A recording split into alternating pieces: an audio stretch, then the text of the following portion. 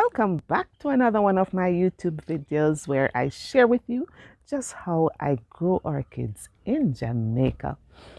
So I was asked by one of my supporters, Andrea, to just do a video on how I take care of my orchids when we are getting a lot of rain or during the rainy season. So this morning when I listened to the weather news, I realized that there is a system out and we're going to be getting a lot of rain for the next few days.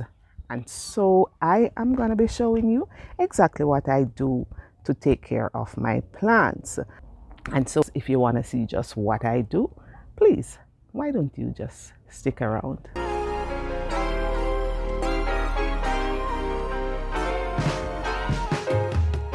I actually still have that video to send out from the Montego Bay Club Orchid Show, but because I got this request and we are expecting this depression on the weekend, I thought it would be more appropriate to send this one out at this time. With heavy showers and lots of rain and the plants not being able to dry out in between watering, we are going to be ending up with crown rot, root rot, and leaves rot, and all kind of things. Right, for the plants that I have here, because of where they are, let me give you an idea of where they are. They are actually at the front of the house where it gets the morning sun, and sun is basically on this section up until about maybe 1-2 o'clock thereabout.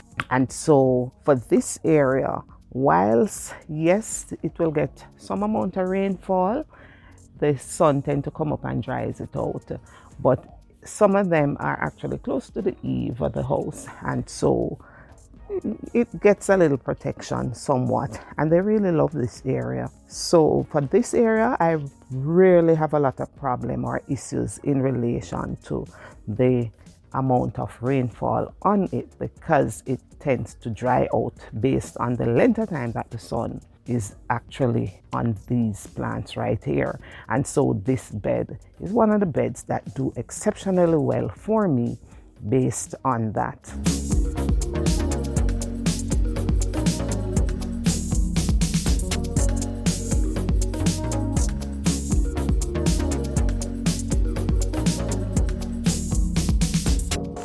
What will happen too is that with the increase in rainfall, you may lose a lot of the blooms. So therefore, I'm going to have to really put on some fungicide on it and ensure that I dose them really heavily to protect them so that I don't lose a lot of the blooms and or any other plants. This section, however, is a section of concern because here, it gets the morning sun, and sometimes the sun is on this section almost for the entire day. However, what I did this summer, I actually placed a bit of shade mesh over it because I recognized that the sun was very impactful during the summer. Now, what I might have to do, I may have to remove the mesh to allow them to dry out pretty easily or quickly. However, I'm realizing that this section is responding very well to the shade mesh, and I am getting a lot of blooms, but not just blooms, because I usually get a lot of blooms here. But what I'm finding out is that the plants are a lot more lush, a lot more green, and you get really better quality plants when you have them shaded somewhat or semi-shaded somewhat. They do get sun, I must admit, however, it is filtered somewhat. So for this area, the first thing I may have to do is to, as I did mention, I may have to remove the mesh that I placed over it to allow them to dry out pretty quickly. But of course, I'm going to have to put on a protective spray on them just the same. So I'm going to just show you what I'm mixing and show you just how I'm going to be doing that.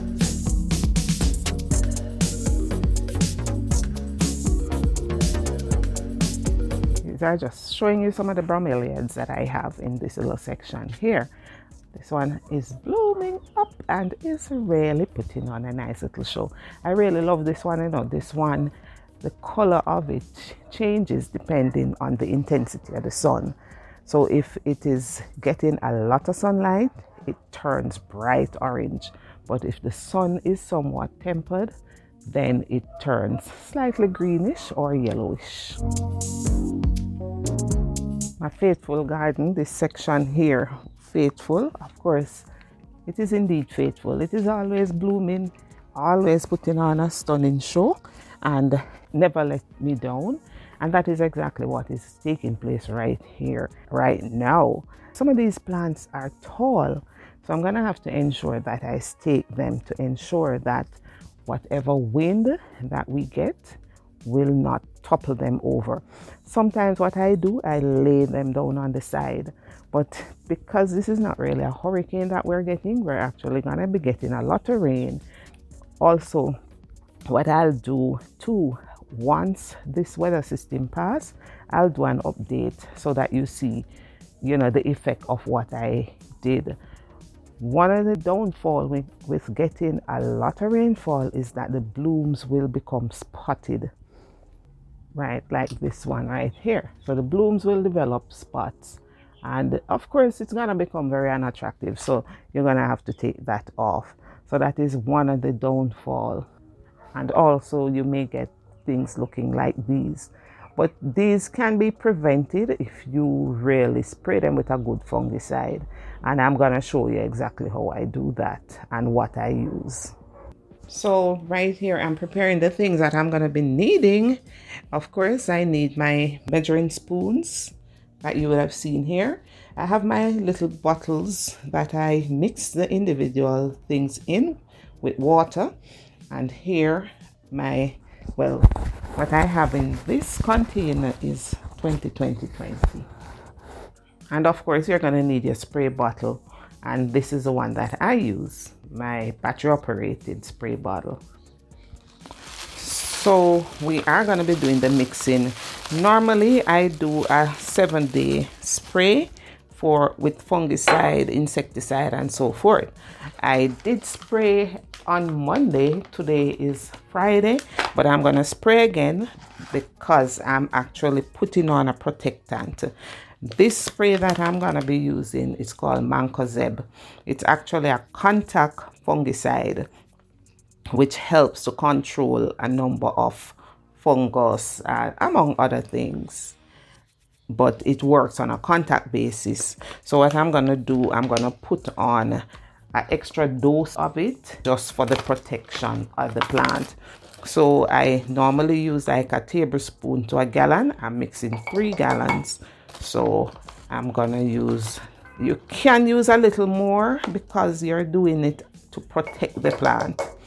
So I usually use 3 tablespoons. I'm gonna use 4 because you want it a little heavier than the usual, just to ensure that it stays on the plant to protect it.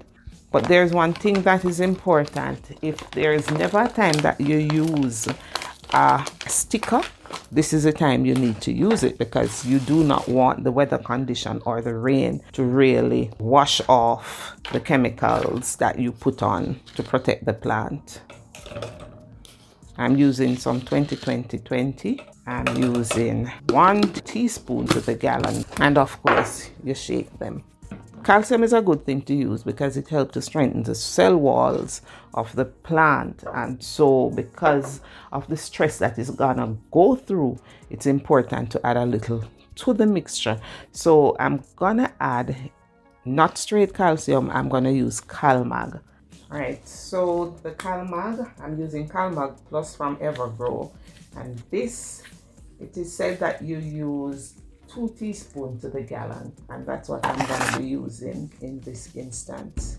This is very good to use, especially during the hotter months when the plants tend to undergo stress. So in this pan, I actually have the water. So I'm gonna now put in the spreader or the sticker first before anything else. You can use that or you can use a pH plus. In this instance, I'm gonna be using the spreader. And this is 2 teaspoons to the gallon. So I have my measuring cup here. This holds up to 30 mils. So I'm gonna full this because I'm doing a 3-gallon mix. And this I'm gonna add to the water. So that's the first thing I add to the water. And while I do that, I constantly mix or agitate to ensure that you don't have any settling or you don't have any chemical changes taking place. So now I'm gonna add my mixture of mancozeb. It's important to ensure too that you wear your gloves to protect you, and you mix as you go along or agitate as you go along. The mancozeb will settle, and so because it will settle, you basically will have to agitate it frequently even while you're spraying. So I double strain mine because I really don't want any solids to go down in there.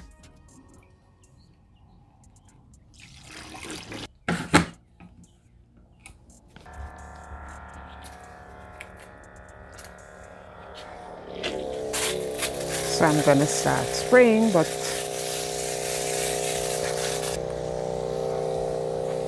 if you notice, I didn't put any insecticide in this because we're not spraying for insect, we're spraying to protect the plants from the excessive rainfall.